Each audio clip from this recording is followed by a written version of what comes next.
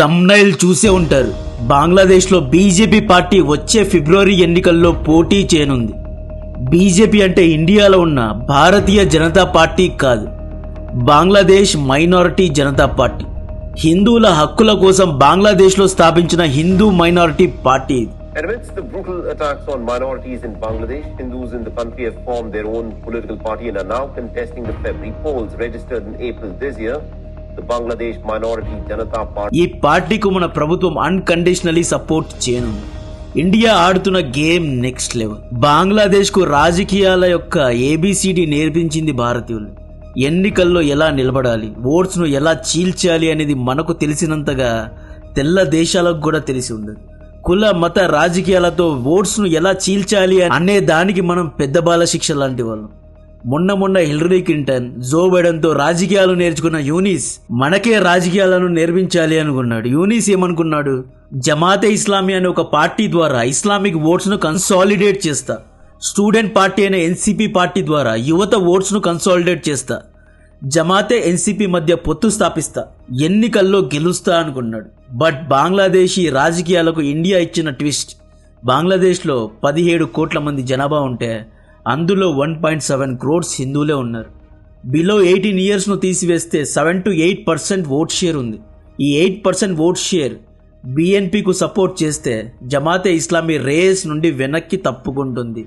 Basically polarisation చేస్తున్నారు. BJP party king maker కాదు, but oats ను చీల్చగలదు, హిందూ ఓట్స్ ను కన్సాలిడేట్ చేస్తుంది అన్నమాట. బంగ్లా బీజేపీ పార్టీకు ప్రెసిడెంట్ అయిన సుక్రిస్టి కుమార్ మండల్ ఏమంటున్నారు అంటే, బంగ్లాదేశ్లో టోటల్గా 300 నియోజకవర్గాలు ఉన్నాయి. ఇందులో 80 కాన్స్టిట్యుయెన్సీస్లో హిందువుల యొక్క సంఖ్య 30 నుండి 60% ఉంది అంటున్నారు. వచ్చే ఎన్నికల్లో బంగ్లా బీజేపీ పార్టీ 91 కాన్స్టిట్యుయెన్సీస్లో పోటీ చేయనుంది అన్నారు. భారతదేశం షేక్ హసీనా అవామీ పార్టీకు ఇన్ని రోజులు సపోర్ట్ చేసింది, ఒక్కసారి హిందూ మైనారిటీ జనతా పార్టీకు సపోర్ట్ చేస్తే ఇక్కడ హిందువుల హక్కులను కాపాడుతాము అని చెప్పారు. ఇండియన్ గవర్నమెంట్ను ఈ ఆర్టికల్లో చూడండి, డైరెక్ట్గా రిక్వెస్ట్ చేస్తున్నాడు కుమార్. సున్నీ ఇస్లామిక్ పార్టీ అయిన జమాతేకు పాకిస్తాన్ బాహాటంగా సపోర్ట్ చేసినప్పుడు మనం ఎందుకు బంగ్లా బీజేపీ పార్టీకు సపోర్ట్ చేయకూడదు? మళ్ళీ ఎక్స్ట్రీమ్ లెఫ్ట్ లిబరల్స్ నాకు సెక్యులర్ నీతులు నేర్పిస్తారేమో. ఇక్కడ బంగ్లాదేశ్లో హిందువులు మైనారిటీస్ గా ఉన్నారు కాబట్టే సపోర్ట్ చేయండి అంటున్నా. అసమానత్వం, ఇన్ఈక్వాలిటీ లాజిక్స్ ఇక్కడ ఫిట్ అవుతున్నాయి. అక్కడున్న కోటిన్నర హిందువుల రక్షణ కోసం స్థాపించిన పార్టీ కోసం ఇండియా ఫండింగ్ చేయాలి, పార్లమెంట్లో హిందువులకు రిప్రజెంటేషన్ ఇవ్వాలి. లేదు అంటే ఇంకొక 10 ఏళ్లలో 8% ఉన్న హిందువులను 3% తగ్గిస్తారు. బంగ్లాదేశ్ బీజేపీ పార్టీ ఏప్రిల్లో స్థాపింపబడింది. కొత్త పార్టీ మిస్టర్ కుమార్ ప్రకారం తాము మెయిన్ స్ట్రీమ్ పొలిటికల్ పార్టీ అయిన బీఎన్పీతో పొత్తు చేసుకోవడానికి సిద్ధంగా ఉన్నాము అంటున్నారు. బీఎన్పీ బీజేపీ పొత్తు జరిగితే ఏమవుతుంది అనేది చెప్తా. ఇప్పుడు మీకు బంగ్లాదేశ్లో ప్రధాని అవ్వడానికి ఎంత మెజారిటీ కావాలి, ఎంత శాతం ఓట్ షేర్ ఉండాలి అనేది చెప్తా. బంగ్లాదేశ్లో టోటల్గా 300 సీట్స్ ఉన్నాయి. 151 సీట్స్ వస్తే ప్రభుత్వాన్ని స్థాపించవచ్చు. బంగ్లాదేశ్లో ఫస్ట్ పెద్ద పార్టీ పేరు షేక్ హసీనా అవామీ పార్టీ. ఇది ఇండియా సపోర్టెడ్ పార్టీ. అన్ఫార్చునేట్లీ ఈ పార్టీను బ్యాన్ చేశారు. They are not in the election race. ఈ పార్టీకు 7% ఓట్ షేర్ ఉంది. సెకండ్ పార్టీ ఖలీదా జియా గారి కొడుకు యొక్క తారిక్ రెహమాన్ ఆధ్వర్యంలోని Bangladesh national party. As per survey and early polls బీఎన్పీకు 35% ఓట్ షేర్ ఉంది. BNP party historically anti India party. Khaleda Zia కొడుకు Tarique Rahman historically anti India నాయకుడే. బట్ గత కొన్ని రోజుల నుండి ఇండియా బీఎన్పీ పార్టీతో ఎంగేజ్ అవుతోంది. This is very good news. Modi గారు డైరెక్ట్గా ఖలీదా జియాతో కాంటాక్ట్లో ఉన్నారంట. వై ఇండియా సపోర్టింగ్ బీఎన్పీ అనేది తర్వాత చెప్తా. థర్డ్ పెద్ద పార్టీ జమాతే ఇస్లామీ పార్టీ. ఈ పార్టీ ముల్లా పార్టీ, కట్ట ఇస్లామిక్ రైట్ వింగ్ పార్టీ. ఉద్యమాలు చేసి పుట్టిన పార్టీ కాదు. మద్రసాలో anti India, anti Hindu, anti జివి సెంటిమెంట్స్ను ఆ విషయాన్ని నింపి ఎదిగిన పార్టీ ఇది. ముఖ్యంగా పాక్ ఐఎస్ఐ ఆశీర్వాదం ఉన్న పార్టీ ఇది. 1971లో పాక్ ఆర్మీకు సపోర్ట్ చేసిన రజాకర్లు, అల్ షబీన్, ఆ గ్రూప్స్ అందరూ కలిసి స్థాపించిన పార్టీనే జమాతే ఇస్లామీ. జమాతేకు 29% ఓట్ షేర్ ఉంది. ఫోర్త్ పార్టీ నహీద్ ఇస్లాం యొక్క ఎన్సిపి స్టూడెంట్ పార్టీ. ఇది యువత పార్టీ. దీనికి 6% ఓట్ షేర్ ఉంది.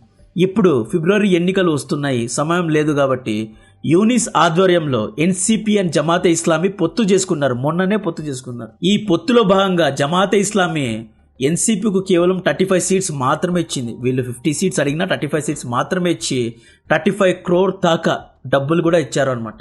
ఎన్సీపీ జమాతే కలిస్తే రఫ్గా 36% ఓట్ షేర్ వీళ్ళ దగ్గర ఉంటుంది. మిగతా 29% ఓట్స్లో బంగ్లాదేశ్లో ఉన్న హిందువుల దగ్గర 5% to 8% ఓట్ షేర్ ఉంది. ఇంకలాబ్ మోర్చా, రిలీజియన్ పార్టీ, ఇతరత్ర పార్టీ అదర్స్ దగ్గర 24% ఓట్ షేర్ ఉంది. ఇంకలాబ్ మోర్చా నాయకుడు ఉస్మాన్ హాదీ మెంటల్ ఎక్కించే ప్రసంగాల వల్ల యువత ఎక్కడ ఆకర్షితులవుతారేమో, జమాతే ఇస్లామీ ఓట్స్ చీలుతాయేమో అని భయపడి ఉస్మాన్ హాదీను లేపేశారు. ఉస్మాన్ హాదీ ఏం చేసేవాడు? యాంటీ ఇండియా ప్రసంగాలు చేసేవాడు. పొద్దున్న లేస్తే హసీనాను తిట్టేవాడు. యాంటీ ఇండియా మ్యాప్స్ను కూడా రిలీజ్ చేసేవాడు. ఉస్మాన్ హాదీ వల్ల రైట్ వింగ్ ఇస్లామిస్టుల ఓట్లు చీలుతాయి, అంటే జమాతే ఇస్లామీ పార్టీ ఓట్స్ చీలుతాయి, బీఎన్పీ లాభపడుతుంది అని చెప్పి హాదీ చాప్టర్నే క్లోజ్ చేశారు. హాదీ అంత్యక్రియలు చేసి యాంటీ ఇండియా విషయాన్ని నింపి జమాతే ఇస్లామీ ఇంకలాబ్ మోర్చా ఓట్స్ను కూడా తమ వైపు లాగడానికి ట్రై చేస్తోంది. బట్ ఉస్మాన్ హాదీ సోదరుడు ఉమర్ హాదీ రంగంలో దిగి నా తమ్ముణ్ణి యూనిసే చంపించేశాడు అనే బాంబు పిలిచాడు. ఈ ఇష్యూ ఒక పక్క నడుస్తోంది. లాస్ట్ వీక్ వరకు సిచ్యువేషన్ ఏంటి? Jamaate Islami, NCP student party ఈ ఇద్దరు కలిస్తే 36% vote share, one side victory. Pakistan, Yunus వీళ్ళందరూ గెలుస్తారనమాట. దీపు చంద్రదాస్ పై దాడి చేసి హిందువులను భయపెట్టి హిందువులు ఎవరు ఓట్స్ వేయడానికి బయటకు రాకుండా భయాన్ని నింపారు. మీరేమనుకున్నారు? దీపు బ్లాస్ఫమీ చేసినందుకే చంపారు అనుకున్నారా? బ్లాస్ఫమీ అనేది one of the reason. Main reason ఏంటి అంటే దీపును చంపితే ఓట్స్ వేయడానికి హిందువులు ఎవరు బయటకు రారు, భయపెట్టాలి, భయాన్ని నింపాలి అనేలా చేశారు. షేక్ హసీనా అవామీ పార్టీ లీడర్స్ పై కూడా దాడి చేసి వాళ్ళు కూడా బయటకు రాకుండా చేశారు. ఈ మొత్తం పొలిటికల్ గేమ్లో ఇండియా చాణక్య నీతిని ఆడింది. ఇండియా ట్విస్ట్ ఇచ్చింది, బీఎన్పీతో ఎంగేజ్ అయింది. షేక్ హసీనా కట్టర్ అవామీ ఓటర్స్ను బీఎన్పీ పార్టీకే ఓట్ వేయమని ఆదేశాలు ఇచ్చారు. బంగ్లాదేశ్ జనతా పార్టీను రంగంలో దింపి బీఎన్పీ పార్టీకు సపోర్ట్ చేయమని ఆదేశించారు. ఈ బంగ్లా రాజకీయ యుద్ధంలో ఇండియా సపోర్ట్ చేసే BNP, BJP Hindu party, Sheikh Hasina Awami party, ఈ మూడు పార్టీలు ఒకవైపు ఉంటే పాక్, యుఎస్ఏ, చైనా ఈ మూడు దేశాలు సపోర్ట్ చేసే జమాతే ఇస్లామీ, ఎన్సీపీ అండ్ ముదురు నాయకుడు యూనిస్ ఇంకొక వైపు ఉన్నారు. యూనిస్ అండ్ గ్యాంగ్ దగ్గర 36% ఓట్ షేర్ ఉంది. బీఎన్పీ దగ్గర 35% ఓట్ షేర్ ఉంది. హిందువుల 5% ఓట్స్, అవామీ పార్టీ యొక్క 5% ఓట్స్, ఈ రెండింటినీ కలిపితే 45% ఓట్ షేర్ బీఎన్పీ పార్టీ దగ్గర ఉంది. అంటే బీఎన్పీ గెలుస్తుంది. Again Awami voters swing voters. అవామీలో కూడా కట్టర్ ఇస్లామిస్టులు ఉన్నారు, వాళ్ళు స్వింగ్ అవ్వగలరు. 5% స్వింగ్ ఉన్నా కూడా స్టిల్ 40% ఓట్ షేర్తో బీఎన్పీ విజయ పతాకాన్ని ఎగరవేస్తుంది. ఈ మొత్తం గేమ్లో 5 to 8% హిందూ ఓట్స్ గేమ్ చేంజర్లా, కింగ్ మేకర్లా మారనున్నాయి. కాబట్టే బంగ్లా బీజేపీ పార్టీ వెలుగులోకి వచ్చింది. ఎందుకు బీజేపీ పార్టీకు సపోర్ట్ చేయాలి అంటే, మనం ఇక్కడ స్టాండ్ తీసుకోలేదు అంటే out of the blue Jamaat e Islami Pak supported party ప్రభుత్వాన్ని స్థాపిస్తుంది. పాక్ గెలిచినట్లవుతుంది. నార్త్ ఈస్ట్లో ఉగ్రవాదాన్ని ఇంకా పెంచుతారు. When compare to Jamaat e Islami, BNP is far better option to India. కాబట్టే మనం బీఎన్పీకు ఇంత ఘనం సపోర్ట్ చేస్తున్నాం. బంగ్లాదేశ్ బీజేపీ పార్టీకు ఇండియా ఇంకా సపోర్ట్ చేయాలి, ఫండింగ్ చేయాలి, మెయిన్ స్ట్రీమ్ పార్టీ లాగా తయారు చేయాలి. బంగ్లాదేశ్లో హిందువులపై దాడి జరిగిందని చెప్పి సోషల్ మీడియాలో స్టేట్మెంట్స్ ఇవ్వడం, ఎక్స్టర్నల్ అఫైర్స్ మినిస్ట్రీ ప్రెస్ మీట్లు పెట్టి బంగ్లా ప్రభుత్వాలను నిందించడం వల్ల తాత్కాలిక సొల్యూషన్స్ మాత్రమే వస్తాయి. హిందువుల హక్కుల కోసం ఒక పార్టీను స్థాపించి దానికంటూ ఒక ఆర్గనైజేషనల్ స్ట్రక్చర్ను కల్పిస్తే దిస్ 8% హిందూస్ విల్ సర్వైవ్.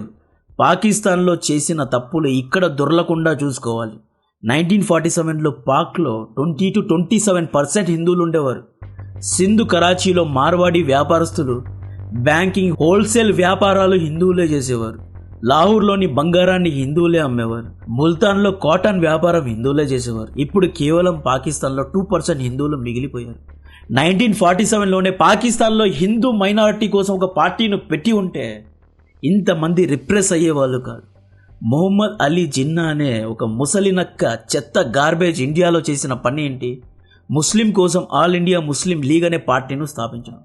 1910లో ఇండియాలో 25% ముస్లిమ్స్ యొక్క హక్కుల కోసం, ముస్లిం రైట్స్ కోసమే జిన్నా పార్టీను స్థాపించి బ్రిటిష్తో చేతులు కలిపి మన రాజకీయ నాయకుల్ని పిచ్చోల్ని చేసి పాకిస్తాన్ అనే ఒక దేశాన్ని సాధించుకున్నాడు. This is what we called as smartness. Jinnah is an smart politician. హిందీలో ఒక సామెత ఉంది, హేడా బన్కే పేడా ఖాయా అని. అంటే ఏమీ చేయకుండా కూర్చొని లాభాన్ని సంపాదించాడు అని ఇంకా ఎలాబరేట్ చేసి no offence to any leaders. భారతీయ స్వతంత్ర పోరాటం చేసిన వాళ్ళెవరిని నేను తక్కువ చేసి మాట్లాడడం లేదు.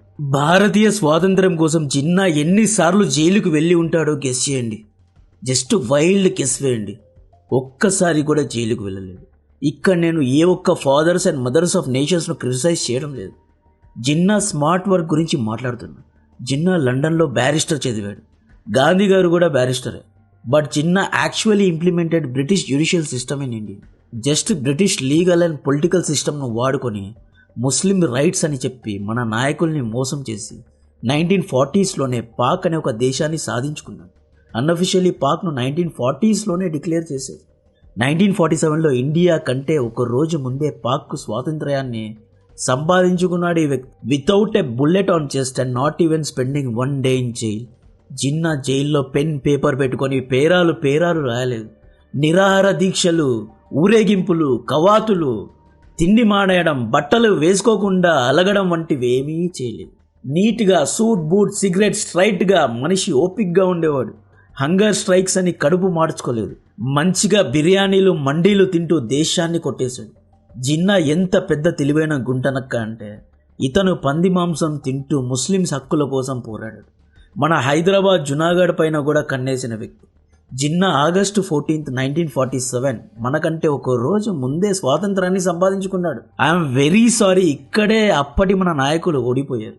జిన్నా స్ట్రాటజీ ఏంటి? ఇండియా స్వాతంత్రం తర్వాత ఒకవేళ పాకిస్తాన్కు ఇండిపెండెన్స్ వస్తే అందరూ ఏమనుకుంటారు? ఇండియా ద్వారా పాకిస్తాన్కు స్వాతంత్రం వచ్చింది అనుకుంటారు. సో డే 1 నుండే పాక్ ఇండిపెండెంట్ అని ఒక సైకలాజికల్ గేమ్ ఆడాడు. పాకిస్తాన్ ప్రజల్లో సైకలాజికల్గా తమకే ముందుగా స్వాతంత్రం వచ్చింది అనే ఒక నేరేటివ్ను తీసుకెళ్లాడు. Whatever Jinnah strategy Pak and బంగ్లాదేశ్లో ఇంప్లిమెంట్ చేయాలి. అప్పటి మన నాయకులు సమైక్యత, సెక్యులర్, అందరూ ఇంక్లూజివ్గా పోరాడితే జిన్నా మాత్రమే ఎక్స్క్లూజివ్గా ముస్లిం రైట్స్ కోసం పోరాడాడు. బ్రిటిష్ పొలిటికల్ సిస్టమ్కు సూట్ అయ్యే అప్రూవ్ అయ్యే డిమాండ్స్నే పెట్టాడు జిన్నా. పాకిస్తాన్, బంగ్లాదేశ్లో మనం జిన్నా స్ట్రాటజీనే వాడాలి. బంగ్లాదేశ్ బీజేపీ పార్టీ ద్వారా హిందువులను యూనిఫై చేయాలి. హిందువుల 8% ఓట్ షేర్ ఒక వెపన్ లాగా వాడుకోవాలి. నెక్స్ట్ టైం దీపు చంద్రదాస్ లాంటి వాళ్ళపైన దాడి చేస్తే 8% హిందువుల ఓట్స్ పోతాయనే భయం రాజకీయ నాయకుల్లో కలగాలి. బంగ్లా బీజేపీ పార్టీకు మన భారత ప్రభుత్వం ఫండింగ్ చేయాలి. ఇంటర్నేషనల్ రికగ్నిషన్ తీసుకురావాలి. ట్రైనింగ్ ఇవ్వాలి. కల్చరల్ రిప్రజెంటేషన్తో పాటు మీడియా అటెన్షన్ ఇవ్వాలి. This is very important. Bangla BJP party next ఎన్నికల్లో మెయిన్ స్ట్రీమ్ పార్టీ అవ్వాలి. అప్పుడే we can safeguard our neighbour Hindus. Political solution is always better then emotional solution. Content నచ్చితే వీడియోను లైక్ చేయండి, ఛానల్ను సబ్స్క్రైబ్ చేసి అందరికీ షేర్ చేయండి. జై హింద్.